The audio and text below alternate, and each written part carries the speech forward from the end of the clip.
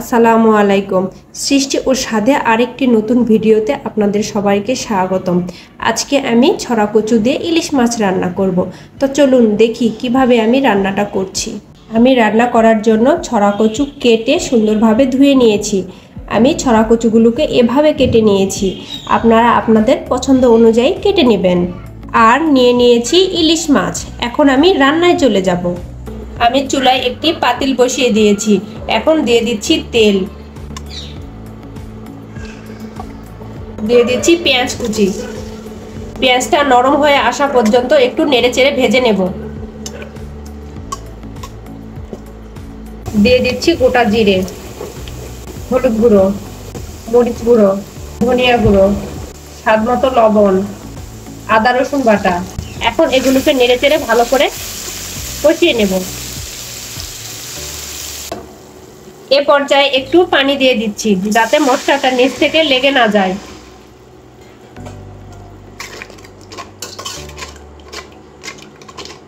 মশলাটা কষানো হয়ে গেছে। এখন আমি এখানে ইলিশ মাছ দিয়ে দিচ্ছি।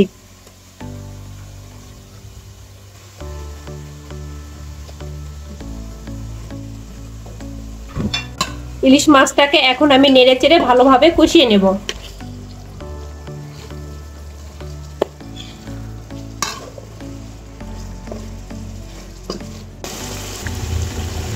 এখন আমি এখানে একটু পানি দিয়ে দিচ্ছি। মাছটাকে এখন আমি ঢাকনা দিয়ে 2 মিনিট রান্না করে নেব। মাছগুলো আমার কষানো হয়ে গেছে। এখন আমি মশলা থেকে মাছগুলোকে তুলে নেব। এখন আমি ওই একই মশলাতেই দিয়ে দিচ্ছি কচু। কচুগুলোকে নেড়েচেড়ে ভালোভাবে আমি কষিয়ে নেব।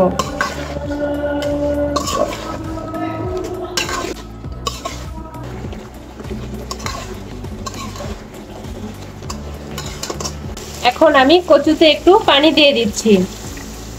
একটু করে পানি দেব এবং কচুটাকে ভালোভাবে কষিয়ে নেব যাতে কষানো অবস্থাতেই কচুটা অর্ধেক সেদ্ধ হয়ে যায়। কচুটা কষানো হয়ে গেছে। এখন আমি ঝোলের জন্য পানি দিয়ে দেব।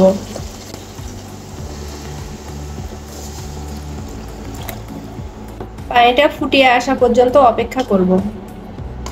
পানিটা ফুটিয়ে এসেছে। এখন আমি কষিয়ে রাখা মাছ দিয়ে দিচ্ছি।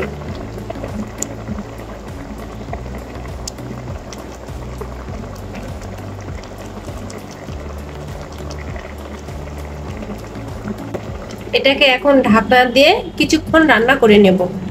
তরকারিটা হয়ে গেছে। নামানোর আগে আমি একটু ভাজা জিরের গুঁড়ো দিয়ে দিচ্ছি। আমি এখন এটাকে পরিবেশন করে নেব। আপনারা দেখতেই পাচ্ছেন তরকারির কালারটা কত সুন্দর হয়েছে। আপনারা যারা ছড়া কচু দিয়ে ইলিশ মাছ খেতে পছন্দ করেন তারা অবশ্যই কমেন্ট করবেন।